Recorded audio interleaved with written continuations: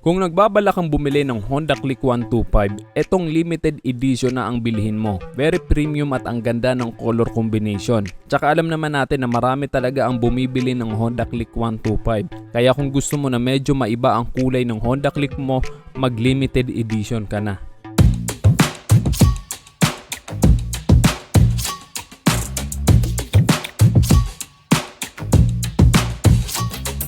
Kasi tingnan mo naman, napaka-premium ng kanyang hitsura, ang ganda ng color combination.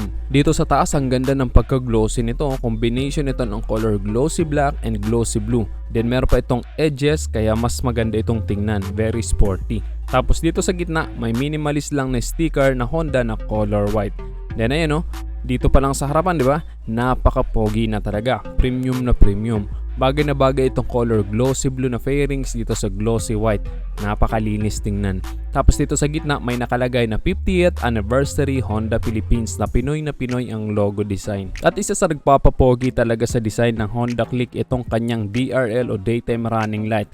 Napaka-sporty, futuristic at bukod sa nakakadagdag forma at angas, mas visible ka sa kalsada dahil dyan. Then yung design ng headlight nito, aggressive din at maganda pa dito, naka-LED lahat ng ilaw nito. Hindi siya tinipid.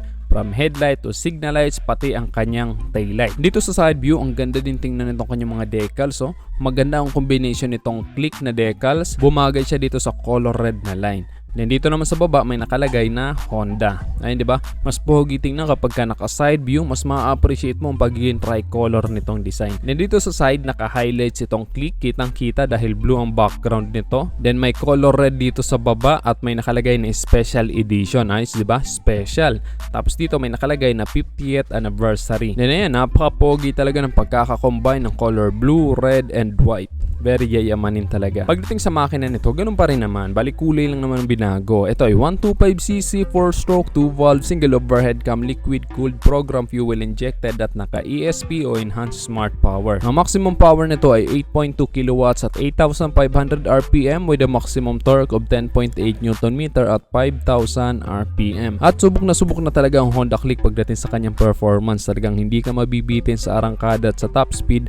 At ang maganda pa dito, naka liquid cooled pa ito. Sulit na sulit din ito pang araw-araw o pang hanap buhay dahil napakatipid nito sa gasolina. Kumukonsumo lang ito ng 58.2 km per liter. Kaya talagang hindi mananakit ang bulsa mo lalo na't napakamahal ng gasolina ngayon. Ang fuel tank capacity naman nito ay 5.5 liters. So sa isang full tank mo, malayo na ang mararating mo nun. Pagdating sa kanyang gulong dito sa harapan ay 90/80/14. Sa likod naman ay 100/80/14 at naka-tubeless na yan. Kaya kahit matusok yan, hindi yan basta-basta sisingaw.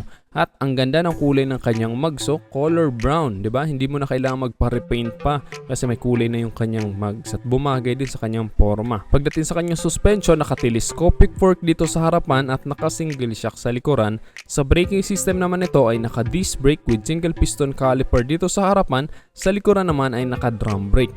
At ang maganda dito, ito ay naka-combi brake na. So kapag piniga mo yung rear brake, sasabay ng 30% dito sa harapan. So mas balance ang kanyang preno. Then meron siyang brake lock, so kapag ka nakatigil ka sa mga pauhon or pababang kalsada, hindi ka dadaos-dos dahil pwede mo siyang i-brake lock. Then very sturdy din itong kanyang foot peg, ayan komportabling apakan niya ng back ride mo. Then meron ka pang pagsasabitan dito kapag ka meron ka mga dala-dala, pwede mong itali dyan. Then isa sa safety features nito, meron itong side stand kill switch na kapag ka nakababa ang side stand nito, hindi aandar ang makina nito. At ang maganda pa dito, mataas ang kanyang ground clearance, 131mm, kaya kahit mapadaan ka sa mga basa or mga matataas na humps, hindi ito basta-basta sasayad. Then malawak din ang kanyang footboard, kaya kung marami kang dala-dala, may paglalagyan ka dito sa harapan. Then meron pa siyang sabitan dyan, so kung meron kang mga pinamili or pinang-grocery, may pagsasabitan ka. Then meron siyang dalawang bulsa dito sa harapan at malalalim yan, kaya safe na safe ang ilalagay mo dyan. Then meron na itong built-in charging port, so makakapag-charge ka na ng cellphone mo, at USB type na ito, hindi mo na kailangan ng adapter. Pagdating sa kanyang instrument panel, naka fully digital display na ito at maganda talaga ang design ng kanyang instrument panel. Naka negative display yan, kaya madaling makita ang kanyang mga indicator at very sporty talaga ang kanyang design. Napakaganda din ang quality ng handle grip nito, napakasarap hawakan, hindi magpapaltos ang kamay mo dito kahit na wala kang gloves. At madaling maabot yung kanyang mga switches, kahit maiikli siguro ang daliri mo, hindi ka mahihirapang abutin yung mga switches nito. Pagdating naman sa kanyang starting system, dito ang kanyang push start. Then of course, wala itong kickstart. Dati pa namang walang kickstart ang Honda Click. Then maganda ang kanyang upuan, malapad din ang kanyang upuan, kaya komportable ka talaga dito. Tapos ang seat height naman nito ay 769mm lang, kaya kahit mababang rider ka or short rider, sabihin na natin hindi ganong matangkad, hindi ka mahihirapang abutin ang ground nito dahil napakababa lang naman ng kanyang seat height, 769mm. At magaan lang din ito, 112 kilos lang, kaya hindi ka mahihirapang i-maniobra ang motor na to, hindi ka rin mahihirapang i-double stand ang motor na to. So perfect na perfect talaga sa mga beginner. Then nagustuhan ko rin yung design ng kanyang grab bar, no? Sporty yung design ng kanyang grab bar, tapos ayun, no? Metallic yung kanyang design, bagay na bagay sa kanyang forma. At malaki ang kanyang U-box, kasya dito ang isang half-face helmet. 18 liters ang capacity nito, kaya marami kang mailalagay na gamit dito sa ilalim. Sa taillight naman nito, ayun, naka-LED yan at napaka-sporty ng design ng kanyang taillight. Bagay na bagay talaga. Hindi mo makakalaing 125cc nga lang to dahil napaka-sporty ng kanyang forma. Tapos yung kanyang mga signal lights ay nakahiwalay siya, so mas visible ito, mas madaling makita. Tapos naka-LED na rin yan. Kagaya na sabi ko kanina, lahat ng ilaw nito ay naka-LED na. Hindi talaga tinipid pagdating sa mga ilaw. Kaya kitang-kita tayo dahil kapag naka-LED, mas maliwanag. Then meron pa siya ditong added visibility dahil meron siya ditong reflector. By the way, available ito dito sa Honda Centro Oriental, Pulangi, Albay. Kayo kung nandito ka sa Pulangi or nandito ka lang sa Albay, malapit ka dito, ayan, bisitahin nyo na lang dito sa kanilang shop para makita nyo ng personal. At kapag nakita nyo to sa personal, siguradong magugustuhan ninyo ang kanyang forma.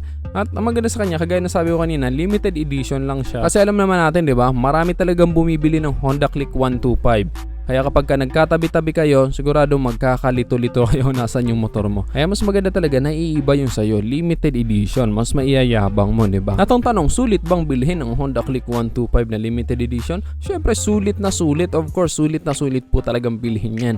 Unang-una, napakaganda ng forma. Pangalawa, napakatipid sa gasolina. Pangatlo, maganda ang performance at subok na yan ng marami. So sulit na sulit talaga ang pera mo dito sa Honda Click 125. Then very affordable pa dahil 83,900 pesos lang ang kanyang SRP. Pero price may vary without prior notice. Kaya guys, ano masasabi nyo dito sa Honda Click 125 na limited edition? I-comment nyo na lang sa baba ang inyong opinion. At kung nagustuhan mo naman ang video to, just hit like. Kung bago ka lang sa aking YouTube channel, huwag kalimutan mag-subscribe. Click mo na rin ang notification bell para sa mga susunod kong video ay updated ka palagi. Yun lang guys, hanggang sa muli. Ako si Rosgo TV. Ride safe always and God bless.